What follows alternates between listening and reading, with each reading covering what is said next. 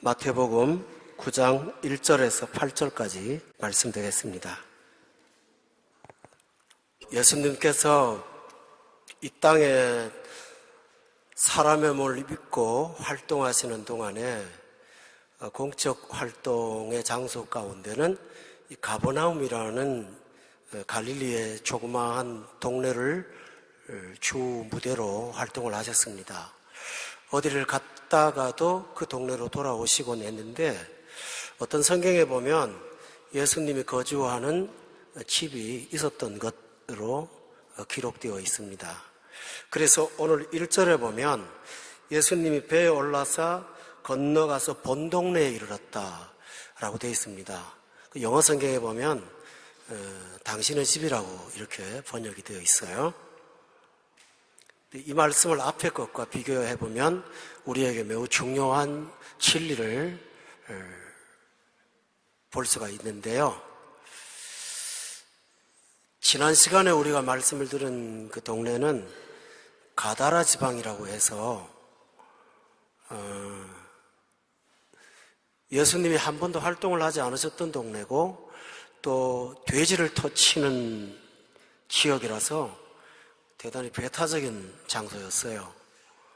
그 동네 사람 전체는 예수님을 거부했습니다.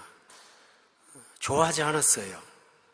예수님이 정신병 걸린 사람을 치료했는데도 예수님이 떠날 것을 요청할 만큼 그 동네는 영적인 환경이 매우 거칠었습니다. 그런데 예수님이 거주하시던 동네에 돌아오니까 오자마자 중풍병에 걸린 한 사람을 어떤 사람들이 데리고 예수님 앞에 찾아왔습니다. 우리가 이 사실을 볼 것 같으면 불신자의 가정에서 예수를 믿는 분도 계시겠고요. 또 부모님이 예수 믿고 집안이 신앙의 가문이라서 그 안에서 자라난 경우도 있겠습니다. 아무래도 후자가 훨씬 더 영적으로 좋은 환경을 가졌다고 할 수가 있겠습니다.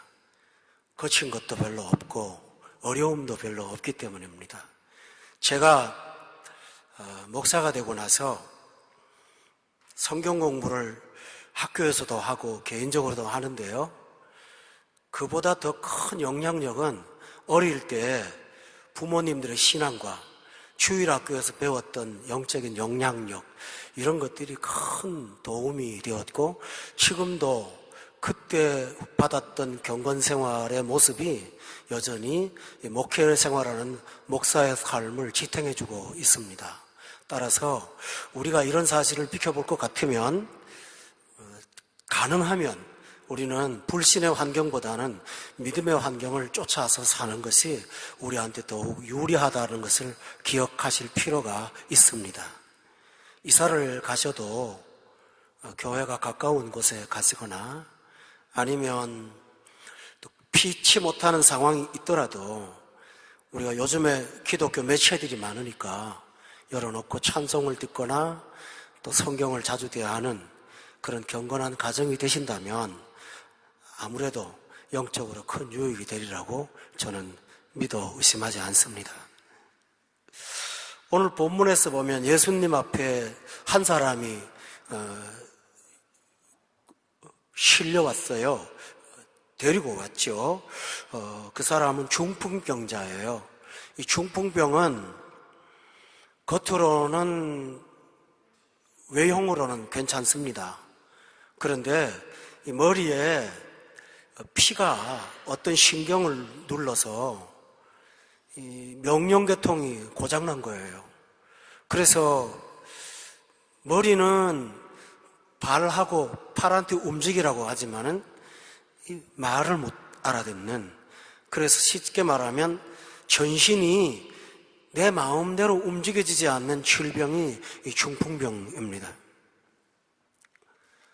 그래서 겉으로는 멀쩡하더라도 누군가의 도움이 없으면 하루 일상생활을 해나가기가 굉장히 어려운 거예요.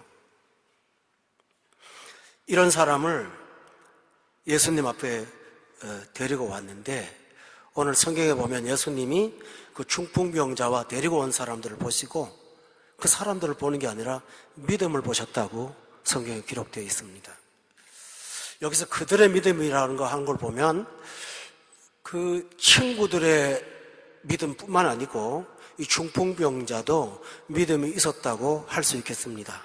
아마 가상한다면 중풍병자가 예수님이 멀리 갔다가 오셨다는데 나 좀 데려와 줄 수 없어? 하고 아마 요청을 한 것으로 짐작할 수가 있습니다.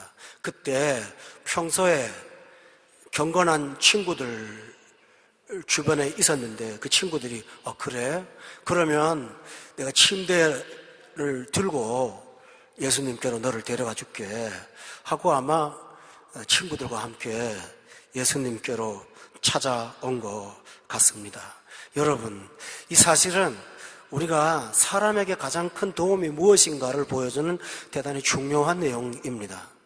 사람은 사람을 돕기를 원합니다. 어려움 당하면 주변의 사람들은 누구나 더 돕고 싶어 하지요. 빈손으로 가는 사람은 없을 것입니다. 그러나 사람의 도움은 한계가 있고요. 도와도 어디까지 돕겠습니까? 정치적인 내용은 잘은 모르겠지만은 개성공단을 세울 때는 중소기업과 북한을 돕겠다고 하는 그런 좋은 의도에서 시작을 했던 것 같습니다. 그러나 그 도움의 결과는 그다지 좋지 않았다는 사실을 우리가 지금 겪고 있습니다.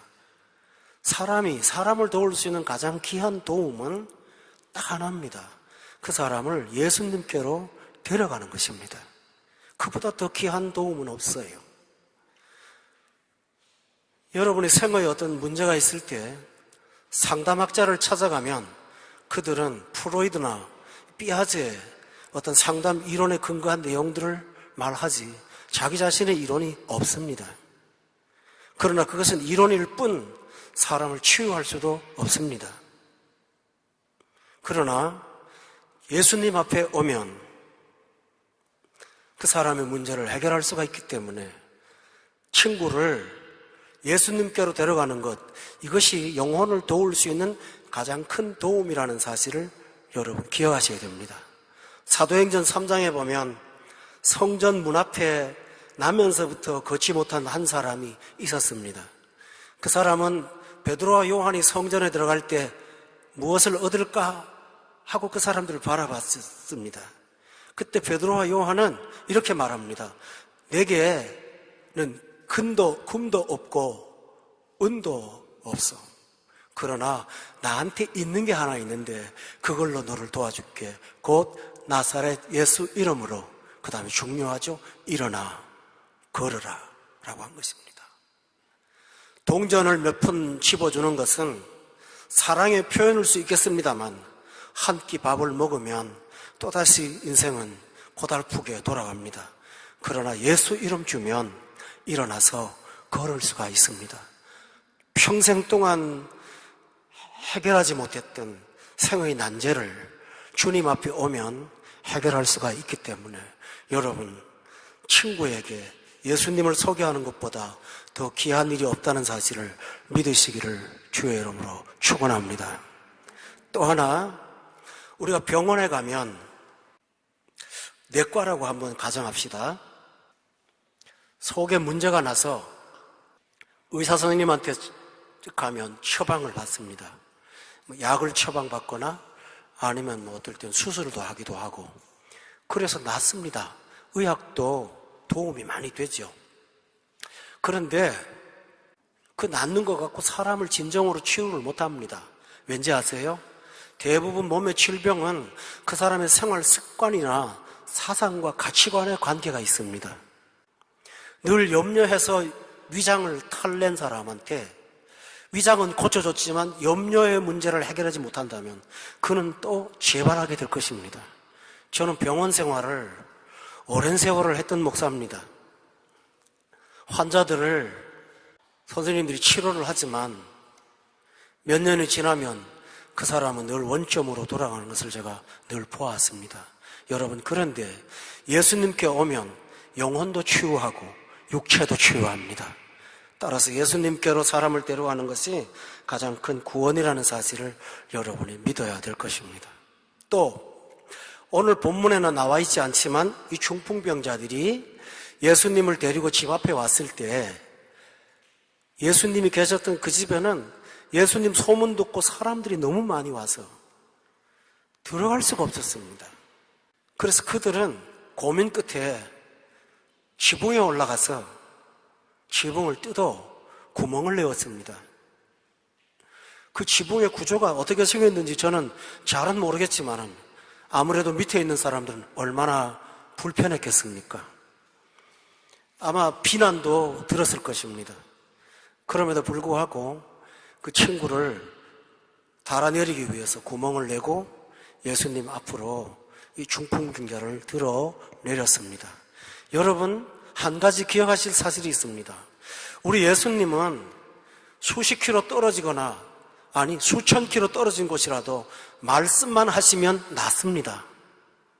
지붕 뜯을 때 지붕 손해 안 보고 그 예수님 집이라면 수리해야 되는데 뜯지 마라, 낫다 이렇게 말씀하시면 되실 거를 가지고 다 뜯고 내릴 때까지 왜 쳐다보고 계실까요? 그것은 오늘 본문에 보니까 한마디 중요한 말을 합니다. 그들의 믿음을 보셨다는 것입니다. 그들의 행동이 무례함이 아니고 주님께로 자기 친구를 데려가서 낫게 하고자 하는 그 절박한 믿음의 표현이었기에 그 난관을 뚫고 오는 것을 묵묵히 쳐다보시면서 주님은 그들을 믿음의 사람이라고 칭찬하신 것입니다. 성도 여러분, 하나님은 우리가 사는 생애 가운데 난제를 얼마든지 해결할 수 있는 전능자이십니다.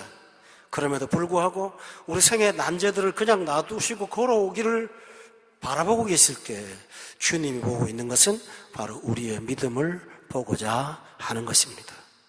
여러분, 그 믿음은 친구를 낫게 한 정도뿐만 아니고 친구를 도와준 그 사람들도 믿음의 증거를 얻었고 지붕이 뜯어지면서 내려오는 과정을 온 동네 사람들이 보면서 하나님은 여기 살아계시는구나 라는 것을 모든 사람들이 경험했을 것입니다.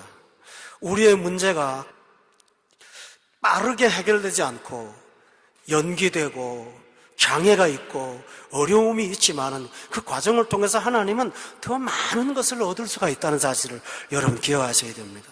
따라서 우리는 하나님을 원망하지 말고 내 시간대로 되지 않는다고 낙담하지 말고 내가 알지 못하는 일들이 이 연장과 이 연기되는 상황 속에서 일어나고 있다는 사실을 믿음으로 믿기를 바랍니다.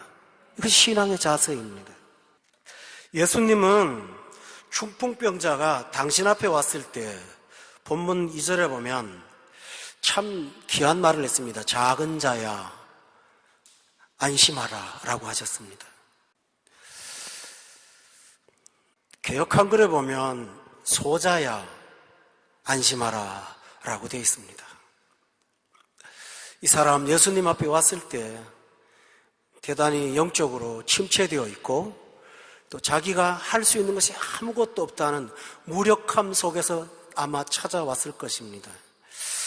병원 목회하면서 환자들이 치료를 받고 이럴 때가 고통받는 것도 있지만요, 다 큰 나이 드신 어른들 아닙니까?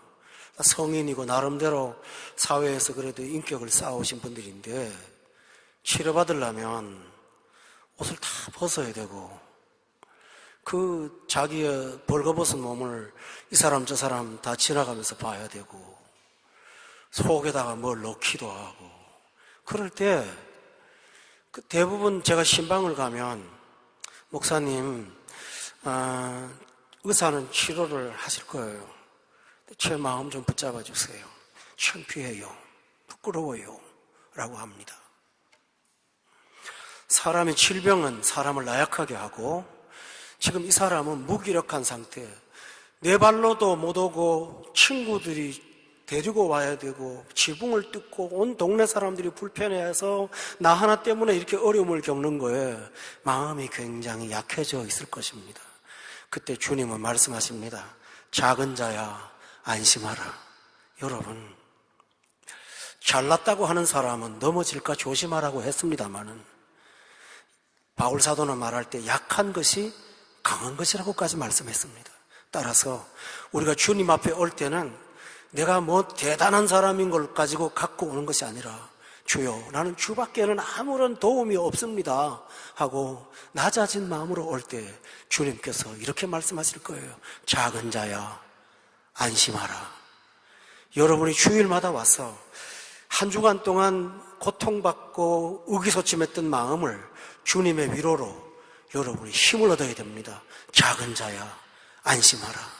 이 중풍병자에게 주께서 이렇게 말씀하셨습니다. 그리고 예수님은 전혀 뜻밖의 말씀을 하나 하십니다. 내 죄사함을 받았느니라. 질병에 걸린 사람이 병 고치러 왔는데 요청하지도 않았던 얘기를 예수님께서 말씀하시면서 죄사함 받았다고 말하는 것입니다. 여러분, 우리의 문화는 잘 이해하지 못하는 내용이지만 2000년 전 유대 사회에서는 이 사실은 누구나 다 아는 내용이었습니다. 왜냐하면 지금은 사람들이 상식이 있고 의학이 발달돼서 병이 원인이 여러 가지가 있다는 사실을 압니다. 그러나 2000년 전에 사람들은 질병의 원인을 거의 다 그 사람이 하나님 앞에 범한 어떤 죄 때문이라고 여긴 것입니다. 그래서 병 걸리면 몸도 아픈데 더 심한 아픔은 사람들이 죄인 취급한다는 것입니다. 실제로 이 세상에도 그런 일이 많이 있습니다. 성공을 한 사람, 외견상 성공을 한 사람은 사람들이 그 사람 좋은 사람으로 보는 경향이 있고요. 아무리 좋은 사람도 세상의 기준으로 성공하지 못했다고 할 때는 사람을 부족한 사람으로 보는 경향이 있습니다. 공개적으로 말해서 죄인이라 말하지 않지만 사람들이 은근히 패배자로 취급을 하지 않습니까? 둘러선 많은 사람들이 있는데 예수님이 죄사함 받았다고 말씀을 하셨습니다. 여러분, 이 사실에는 매우 중요한 내용이 있습니다. 우리는 이 세상에 살면서 직장 다니다가 어려움 당하는 것도 있고 사업하다가 어려움 당하는 것도 있고 내 힘으로 해결 안 되는 거 많이 있습니다. 시급한 문제가 굉장히 많이 있습니다. 그런데 예수님은 그것보다 더 우선순위가 하나 있다고 말씀하신 거예요. 그것이 무엇이냐 하면 죄사함 받는 거라는 거죠. 이보다 더 큰 것이 없다는 것이죠. 사람에게 근본적으로 필요한 것은 육신의 문제를 해결하는 것보다는 영혼의 문제를 해결하는 것이 더 우선순위라는 사실입니다. 육체의 문제는 영혼으로부터 비롯된다는 사실입니다. 따라서 예수님은 그 사람의 표피적인 문제보다는 근본적인 문제를 해결해 주기를 원하셨습니다.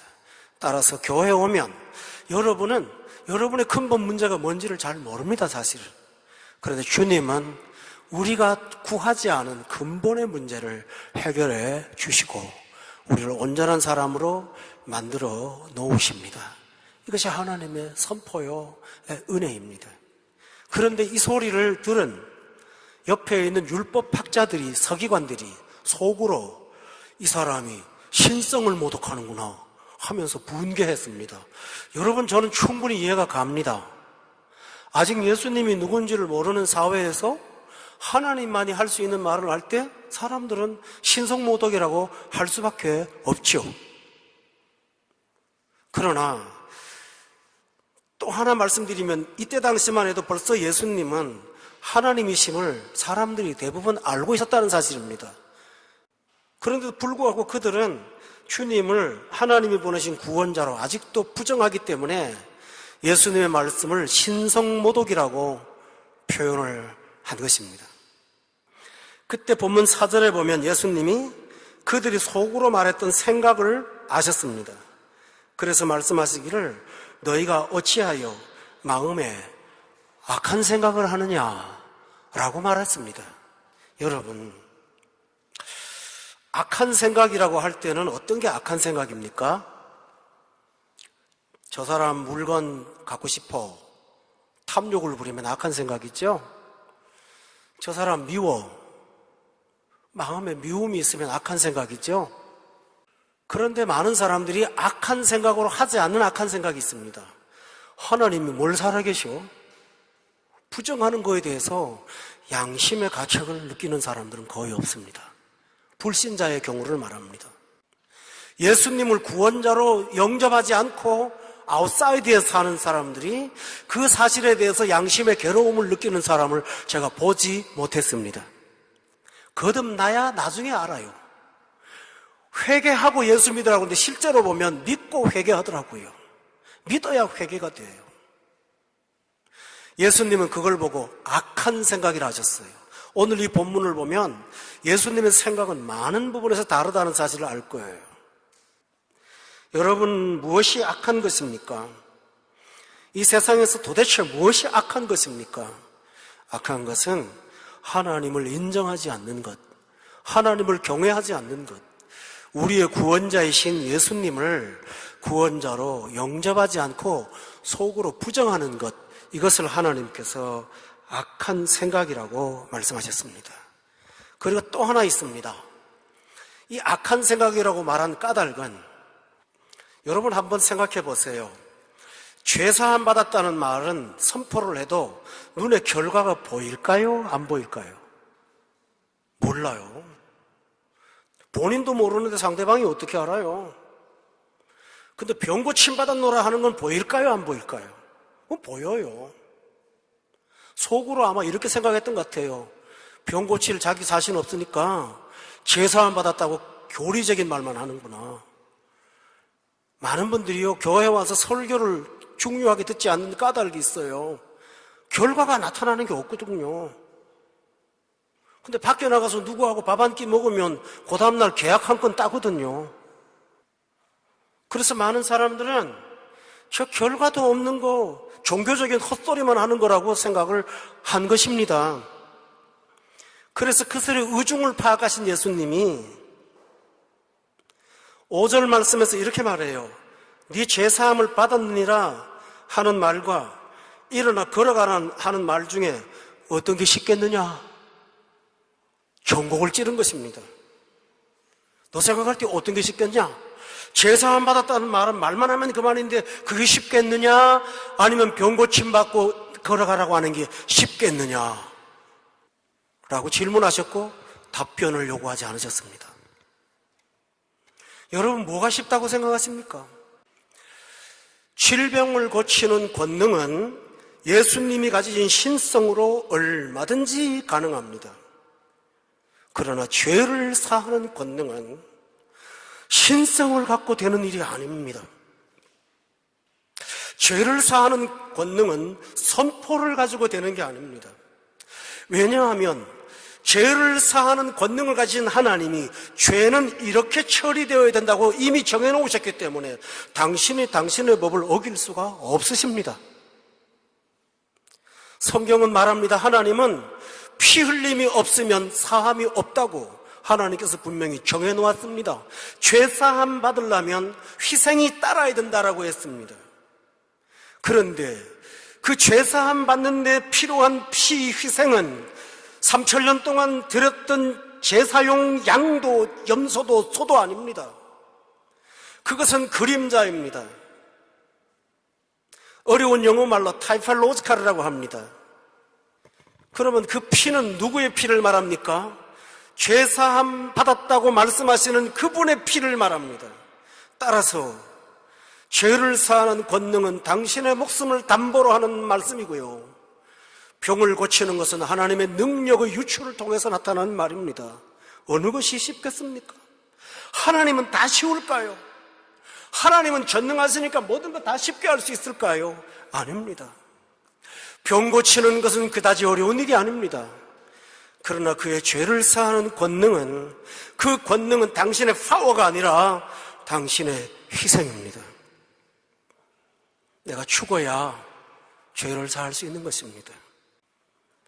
여러분은 무엇이 쉽다고 생각하십니까? 오늘 기독교인들의 믿음이 뜨겁게 자라지 않는 까닭 중에 하나가 뭔지 아세요? 십자가의 무게를 잘 느끼지 못한다는 것입니다. 십자가의 비중이 얼마나 크다는 사실을 잘 모른다는 사실입니다. 나를 구원하시기 위해서는, 내 육체를 치료하기 위해서는 말씀 한마디로 얼마든지 하실 수 있는 분이지만 내 영혼을 구원하시기 위해서는 당신이 십자가에 처형받아야 되는 사건이 있었다는 것을 여러분이 기억하실 필요가 있습니다. 어느 것이 더 쉽겠습니까? 오늘 이 본문의 말씀은 그 자리에 있는 모든 사람들을 깊은 생각에 아마 빠져들였을 거라고 생각을 합니다. 6절에 보면 그러나 인자가 세상에서 죄를 사하는 권능이 있는 것을 너희로 알게 하시겠다고 말씀하셨습니다. 그러면서 중풍병자에게 말씀하시기를 일어나 내 침상을 가지고 집으로 가라고 하셨습니다. 따라서 여기서 질병을 치료한 것은 죄를 사하는 권능이 어떠하다는 것을 보여주는 사례라고 주님께서 말씀하신 것입니다. 신앙생활을 하면서 많은 분들이 간증을 갖고 계세요. 아, 목사님, 이거는 제가 한 게 아니에요. 하나님이 하신 거예요. 맞습니다. 성도들이 기뻐하고 고마워할 때 보면 맞아요, 집사님. 하나님이 하신 거예요. 저는 그렇게 동의합니다. 그런데 하나님이 그 일을 하심으로 인해서 여러분에게 주고자 하는 더 큰 것들이 있지 않습니까? 그것은 그 문제를 해결하는 것보다 더 큰 것이 있습니다. 이 일을 해결하시는 하나님은 살아계십니다. 그래서 믿음이 약해지거나 힘들 때는 작년에 그런 일이 있을 때 하나님이 그렇게 하셨는데 생각하면서 그 하나님이 오늘의 하나님이라는 사실을 믿어서 담대할 수가 있습니다. 다윗이 골리앗 앞에 섰을 때 그의 머릿속에는 지난날 하나님의 도우신 은혜가 떠올랐습니다. 그게 뭘까요? 내가 양을 칠 때 하나님께서 사자의 발톱에서 내 양을 건져내기도 하시고 곰으로부터 건져내신 그 하나님인데 저 골리앗 같은 사람 하나쯤이야 하면서 과거의 은혜를 오늘에 되새긴 것입니다. 여러분, 간증이 쌓이고 증거가 쌓이면 그 쌓이면 쌓일수록 하나님은 너무나 존귀하신 분이고 그분은 나의 진정한 구원자라는 사실을 발견하게 될 줄로 믿습니다. 따라서 하나님께서 우리에게 일하실 때는 내가 죄를 사하는 권능이 있음을 너희로 알게 하겠다고 말씀하신 것이죠. 성도 여러분, 중풍병자에게는 개인의 체험도 있지만 다른 사람들을 위한 증거도 손에 들게 했습니다. 그냥 가면 될 걸 같아가 그 오랜 세월 피와 땀 냄새로 절어있는 버려도 충분히 될 침대를, 그 무거운 침대를 어떻게 들고 갑니까? 올 때는 친구들이 들고 왔는데 갈 때는 네가 들고 가라는 거예요, 하나님께서. 참 재밌지 않아요? 예수님이 얘가 지금 금방 났는데 힘드니까 부족하고 둘은 침대를 들고 가. 이렇게라도 말씀하셨는데 네 거 네가 들고 가라는 거예요. 근데 거기 놀라운 게 있습니다. 상을 들고 그 동네 앞을 저작거리를 걸어가는 그 사람을 보면 사람들은 나와서 도대체 저거를 누가 하신 거야? 내 아픔이 동네에 예수님을 전하는 간증이 된 것입니다. 오늘 성도 여러분들, 살다 보면 중풍병 같은 해결 안 되는 문제 있습니다. 그러나 예수님 앞에 나와서 해결받고 나면 그것은 문제였다가 증거의 증거물로 바뀐다는 사실을 여러분이 경험하세요. 그래서 믿은 사람들은 지난 과거를 부끄러워하지 않아요. 지난 과거에 내 아팠던 얘기들을 사람들한테 예수님이 좋은 분이라는 사실을 전하기 위한 수단과 도구로 사용하는 것을 우리가 많이 보지 않습니까? 사마리아의 수가성 여자가 예수님을 만난 다음에 동네에 뛰어들어가면서 제일 먼저 한 말이 뭔지 아세요? 내가 행한 모든 부끄러운 일을 나한테 말씀하신 그분이 그리스도가 아니냐? 예수님을 모를 때는 자신의 약점을 감추며 이미지화시키는 것이 오늘 현대의 모습입니다.